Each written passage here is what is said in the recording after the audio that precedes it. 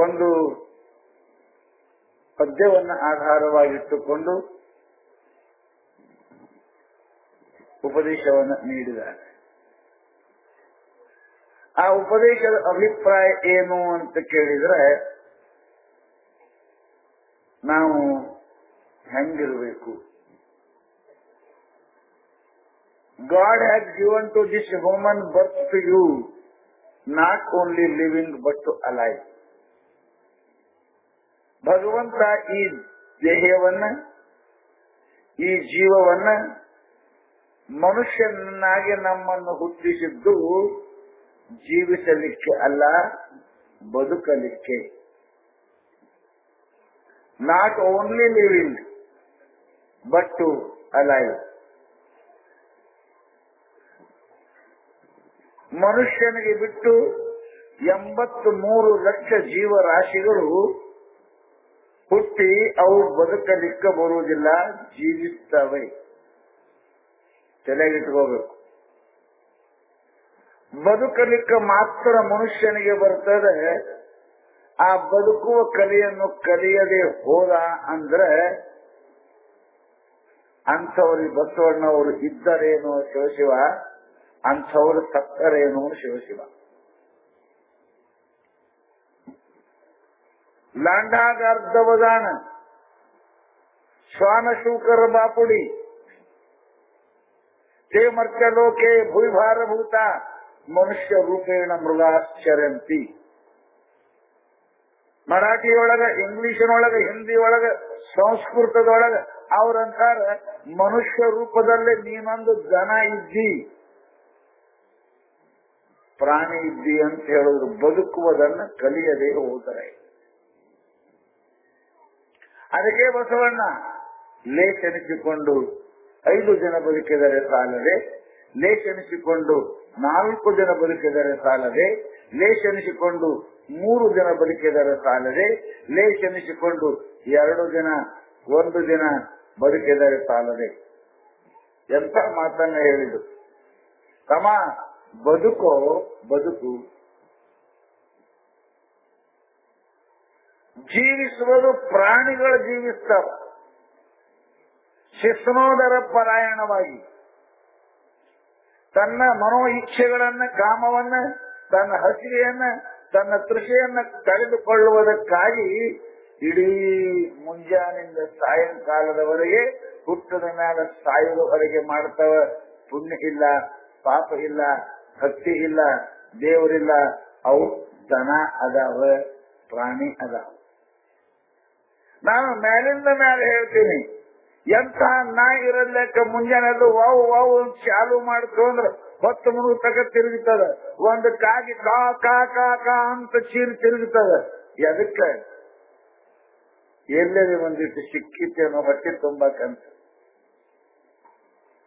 ಹೊಟ್ಟಿಗಾಗಿ ಇಡೀ ದಿವಸ ಕಾ ಕಾ ಅಂತ ತಿರುಗುವ ಕಾಗಿಗೂ ನಮಗೂ ಏನು ವ್ಯತ್ಯಾಸ, ಏನು ಅಂತರ, ಏನು ಭಿನ್ನತೆ ಅದ ಅನ್ನೋದು ವಿಚಾರ ಮಾಡಿ ನೋಡಿದ್ರೆ ನಮಗಿಂತರೂ ಕೂಡ ಪ್ರಾಣಿ ಒಳ್ಳೇದಿರೋದಕ್ಕಲ್ಲ ಶಿವ.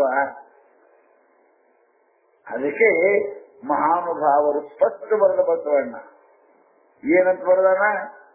ಬಸವಣ್ಣ ಅವ್ರು ಹೇಳ್ತಾರ, ಯಾವ ಮನುಷ್ಯ ಭಗವಂತನ ನೆನೆಯೋಂಗಿಲ್ಲ, ಯಾವ ಮನುಷ್ಯ ಪರಮಾತ್ಮನ ಸ್ಮರಿಸುವುದಿಲ್ಲ, ಯಾವ ಮನುಷ್ಯನ ಕೈಗಳಿಂದ ಭಗವಂತನ ಪೂಜೆ ಮಾಡೋಂಗಿಲ್ಲ, ಯಾರು ಮನುಷ್ಯ ಬಾಯಿಯಿಂದ ಪರಮಾತ್ಮನ ಸ್ಮರಣೆ ಮಾಡಂಗಿಲ್ಲ, ಅಂಥವರು ಬಹಳ ಚಂದ. ಊರ ಮೃಗ ಒಂದಾಗಿರಲಾರದೆ ದೇವ, ಕಾಡು ಮೃಗ ಒಂದಾಗಿರಲಾರದೆ ದೇವ, ಅಂಥವರು ಇದ್ದರೇನೋ ಶಿವಶಿವ, ಸತ್ತರೇನೋ ಶಿವಶಿವ. ಅದೊಂದು ಅಡವಿ ದನ ಇದ್ದಂಗೆ. ಅಡವಿ ದನ ಅಡವ್ಯಾಗ ತಿರುಗಾಡ್ತಾವ, ಇವು ಊರಾಗ ತಿರುಗಾಡು 2 ಕಾಲಿನ ದನ ಅಂತ ಬಸವಣ್ಣ ಮನಸ್ಸಿಗೆ ನೊಂದು ಹೇಳದ ಅಷ್ಟೇ ಅಲ್ಲ. ಹೇ ಪರಮಾತ್ಮ, ಎನಗಾಗಿ ತರುಮರಾದಿಗಳು ಇದ್ದಿಲ್ಲವೇ, ಏಕೆ ಹುಟ್ಟಿಸಿದೆ? ಪರಲೋಕ ದೂರನ ಯಾಕೆ ಹುಟ್ಟಿಸಿದೆವು ಪರಮಾತ್ಮ ಅಂತ ಬಸವಣ್ಣವರು ಕಣ್ಣೀರು ತೆಗೆದು, ಹೇ ಭಗವಂತ, ನನಗೊಂದು ಗಿಡ ಆಗಿ ಮಾಡಿದ್ರೆ ಬಿಸಿಲಾಗ ಬಂದವರಿಗೆ ನೆರಳಾಗುತ್ತಿದ್ದೆ, ಕಡದ ಉರ್ಸೋರಿಗೆ ಮನಿ ಕಿಚ್ಚಾಗುತ್ತಿದ್ದೆ, ದೊಡ್ಡದಾಗಿದ್ರ ತೊರಿ ತುಂಡ ಬಾಗಲಾಗುತ್ತಿದ್ದೆ, ಒಂದು ಹುಳಗಳು ಬಂದರೆ ಹೂವಾಗಿ ಸಂತೋಷ ಪಡಿಸ್ತಿದ್ದೆ, ಹೊಸವರಿಗೆ ಹಣ್ಣಾಗಿ ಅವರ ಹಸಿವನ್ನ ಹಿಂಗಿಸ್ತಿದ್ದೆ. ನನಗೆ ಯಾಕೆ ಗಿಡ ಹುಟ್ಟಿಸಲಿಲ್ಲ ಪರಮಾತ್ಮ, ನನಗೆ ಮನುಷ್ಯ ಯಾಕೆ ಮಾಡಿದ್ರಿ, ಮನುಷ್ಯ ಆಗಿ ಮಾಡೋ ಕೆಲಸನೇ ನಾ ಮಾಡಲಿಲ್ಲ ಅಂದ್ರೆ ಎನಗಾಗಿ ತರುಮರಾದಿಗಳು ಇದ್ದಿಲ್ಲವೇ ಇದ್ದಿಲ್ಲವೇ ಇದ್ದಿಲ್ಲವೇ ಅಂತ ಬಸವಣ್ಣವ್ರು ಕೇಳ್ತಾರೆ. ಅದಕ್ಕೆ ಪುಣ್ಯಾತ್ಮರೇ, ನಿಮಗೆ ಯಾರಾದ್ರೂ ಒಂದು ಪ್ರಶ್ನೆ ಮಾಡಿದರೆ ನಮ್ಮ ಹಂತಕ್ಕೆ ಉತ್ತರ ಸಿಗ್ತಾವ ಇಲ್ಲೋ ಅಂತಕ್ಕಂಥ ಚಿಂತನೆ ನಾವು ಮಾಡೋ ಪ್ರಸಂಗ ಬಂದದ. ಯಾರ ನಿಮಗೆ ಕೇಳಿದ್ರೆ ನೀ ಮನುಷ್ಯ ಆಗಿ ಯಾಕರೆ ಹುಟ್ಟಿರಿ,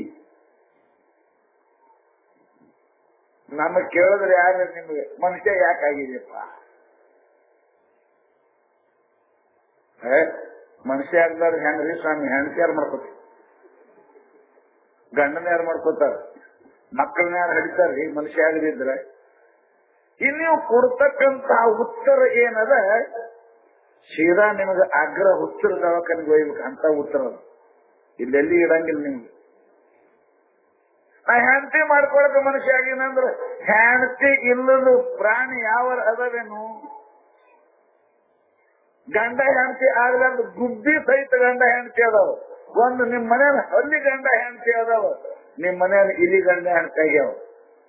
ಅವ್ ಗಂಡ ಹೆಂಡತಿಯಾಗಿ ಬಹಳ ಚಂದ ಆರಾಮ ಇರ್ತಾವ. There is no any restriction. ಅವಕ್ಕೇನೋ ಪ್ರತಿಬಂಧಕ್ಕೆ ಇಲ್ಲ ಗಂಡ ಹೆಂಡತಿ ಆಗಕ್ಕ. ರೋಡ್ ಮೇಲೂ ಗಂಡ ಹೆಂಡತಿ ಆಗ್ತಾವ ನಾಯಿಗಳು, ರೋಡ್ ಮೇಲೆ ಆಗ್ತಾವ ಗಂಡ ಹೆಂಡತಿ. ನಿಮ್ಮಂಗ್ ಸತ್ತಂಗಿಲ್ಲ ಅವಕ್ಕೆ. ನಿಮಗ್ ಮದಿ ಆಗ್ಬೇಕಾದ್ರೆ ಮನಿ ಬೂದಿ ಆಗ್ತದ, ಅವಾಗ ನಿಮ್ ಮದಿ ಆಗ್ತದ. ಅಷ್ಟು ಖರ್ಚು ಮಾಡ್ಬೇಕು. ಎಷ್ಟು ಖರ್ಚು ಮಾಡ್ಬೇಕು?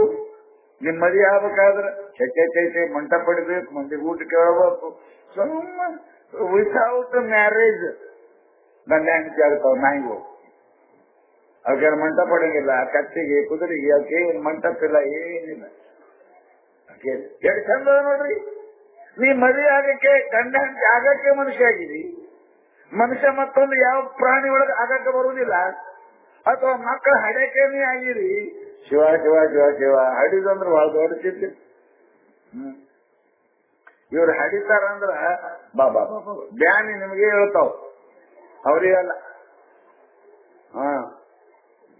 ನಾ ಹುಡುಗಾರಿಗೆ ಹೇಳ್ತಿರ್ತೀನಿ, ಯಾವ್ದೋ ಒಂದು ದವಾಖಾನೆಗೆ ನಮ್ ಭಕ್ತೊಬ್ಬ ಆರಾಮ್ ಇತ್ತಿಲ್ಲ, ಬಿದ್ದಿದ್ದ, ಜಡ್ರ ದವಾಖಾನೆ ಬಿದ್ದಿದ್ದ. ನಾನ್ ನೋಡಕ್ಕಂತ ಹೋಗಿದ್ದೆ. ನಂದು ಹೋಗುದು ದಾರಿಯಲ್ಲಿ ತೊಂದ್ರೆ ಮೆಟರ್ನಿಟಿ ಹೋಮ್ ಅಂತ ಇರ್ತಾವಲ್ಲ, ಎಲ್ಲಿ ಹೆರಿಗೆ ಆಸ್ಪತ್ರೆ, ಅಲ್ಲಿ ಮುಂದೆ ಹೋಗುದಿತ್ತು. ಅಲ್ಲಿ ಹೋಗ್ತಿದ್ದೆ ನಾ ಮುಂಜಾನೆ 8 ಗಂಟೆ 8:30 ಗಂಟೆ. ಒಬ್ಬ ಪ್ಯಾಂಟ್ ಹಾಕೊಂಡು ಅಪ್ ಟು ಡೇಟ್ ಮನುಷ್ಯ ಇದ್ದ. ಬಹಳ ಪ್ಯಾಂಟ್ ಗಿಂಟ್ ಬಹಳ ಸುಪೀರಿಯರ್ ಮ್ಯಾನ್, ಏನಪ್ಪ ಎಜುಕೇಟೆಡ್ ಕಾಣ್ತಿದ್ದವ ಅವ. ಅಲ್ಲಿ ನಾವು ಅವನ ಮುಂದೆ ಹಾಕಿ ಹೋದೇವಿ. ಅವ ಆ ಕಡೆ ದಂಡಿ ಈ ಕಡೆ ದಂಡಿ, ಲೆಫ್ಟ್ ರೈಟ್ ತಿರುಗಿಸಿತ್ತ ಮನುಷ್ಯ. ನಾವು ಹೋದೇವಿ ಅವನ ಮುಂದಿಂದೆ. ಪಾಪ ಏನು ಒಳಗ ಆಪರೇಷನ್ ಅದೋ ಏನದೋ, ಪಾಪ ತಿರುಗಾಡಕತ್ತೇನ, ಏನ್ ಸಮಸ್ಯೆ ಅಂತ ತಿಳ್ಕೊಂಡು ನಾವು ಅನ್ಕೋತ ಒಳಗೆ ಹೋದೇವಿ. ಅರ್ಧ ತಾಸನ ಕುಂತು ಮಾತಾಡದೇವಿ. ಮಾತಾಡಿ ಹೊಳೆ ಬರುತ್ತಕ್ಕಿದ್ರು ಲೆಫ್ಟ್ ರೈಟ್ ಇದು ನಡೀತಿತ್ತು. ಹಂಗೆ ಮನುಷ್ಯ ಮಾರಿ ಒಂದು ಇಷ್ಟಿ ಆಗ್ಯದ, ತಿರುಗಾಕತ್ತ. ನಾ ಕೇಳಿದೆ, ಯಾಕೆ ಗೊತ್ತಮ್ಮ, ಯಾರ್ದಾರೆ ಆಪರೇಷನ್ ಅದೇನು ಒಳಗೆ, ಯಾಕೋ ಈಗ ಜೀವ ಉಳಿಯಂಗದ ಇಲ್ವೋ ಅಂತ ಕೇಳಿದೆ. ಆಪರೇಷನ್ ಇಲ್ರಿ ಸ್ವಾಮಿಗಳ, ಏನ್ ಹಂಗೇನ್ ಇಲ್ಲ, ಎಲ್ಲ ಆರಾಮದ. ನಮ್ಮಕ್ಕಿ ಬಾಣ್ತನದ ಒಳಗ ನಮ್ಮಕ್ಕಿದ ಬಾಣ್ತನದ ನಾ ಅಂದ್ರೆ ಅಕ್ಕಿ ಹಡಕ್ ಹಡಿತಿರ್ಬೇಕು. ಬ್ಯಾಂಕ್ ಅಕ್ಕಿಗೆದ್ದವೆ ನಿನಗೆದ್ದವ ಅಂದೇನ. ನೀ ಯಾಕೆ ಹೆಂಗ್ ತಿರ್ಗಾಕತ್ತಿದ್ವಿ? ಆ ಕಡೆ ಈ ಕಡೆ ಕುಂತ್ಕೊಂಡು ಹೋರಿ ಹೊತ್ತತಿ. ಹಂಗ್ರಿ ಸ್ವಾಮಿಗಳ, ನೀವು ಮದುವೆ ಆಗಿಲ್ಲ, ನಿಮ್ಗೇನು ಬರ್ತಾವ ನಾವೊಂದೇ ಅದು ಅವ್ರಿಗೆ ಖರೆ ಇರಪ್ಪ ನೋಡ್ರಿ. ಎಷ್ಟು ಬಜಿದ್ಯ ಬಾಣ್ತಾನ ಆಗ್ಬೇಕಾದ್ರೆ, ಸಿದ್ರಿನ ಆಗ್ಬೇಕಾದ್ರೆ, ಕೂತ್ ಹೊರಗೆ ಬರಬೇಕಾದ್ರೆ ಏನ್ ಅವು ಉಳಿತಾವ, ಕೂತ್ ಉಳಿತದ. ಎಷ್ಟು ತ್ರಾಸ್ರಿ ಬಾಣ್ತಾನ ಆಗುದೇ ತಡ. ಮತ್ ಇವ್ರಿಗೆ ಎತ್ತ ಕೊಬ್ಬರಿ ಖಾರ. ನಿಮ್ಗೆ ಹೇಳ್ತೀನ್ರಿ, ಅವ್ರ ಬಾಣ್ತಾನ ಆಗುದ್ರಾಗ ಇವ್ನ ಹಣನೇ ಬೀಳ್ತದ.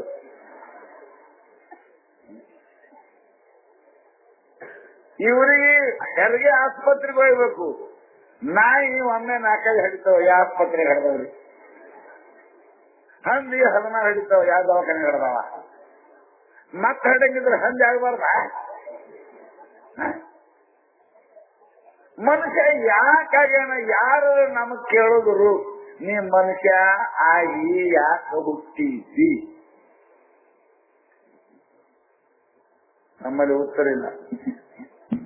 ಗಂಡನ್ ಮಾಡ್ಕೊಳಕ, ಹೆಂಡತಿ ಮಾಡ್ಕೊಳಕ, ಮಕ್ಕಳ ಹಡ್ಯಾಕ, ಇವು ಮನುಷ್ಯರಿಗೆ ಬಿಟ್ಟನು ಮಾಡಕ್ ಬರ್ತಾವ. ಬಹಳ ಚಂದ ಮಾಡಕ್ ಬರ್ತಾವ. ಮತ್ತ ಮಕ್ಕಳು ನಮ್ಗಿಂತ ಬಹಳ ಚಂದ ಹಡಿತಾವ. ಪ್ರಾಣಿಗಳು ಏನೇನ್ ದವಾಖಾನೆ ಇದ್ದಂಗೆ ಗಂಡ ಹೆಂಡತಿ ನಮ್ಗಿಂತ ಬಹಳ ಚಂದ ಆಗ್ತಾವ. ಬಹಳ ಪ್ರೀತಿ ಮಾಡ್ತಾವ ಒಂದಕ್ಕೊಂದು. ನೀವು ಪಾರಿವಾಳ ಜೀವ ಮಾಡುದು ನೋಡಿದಿಲ್ಲ?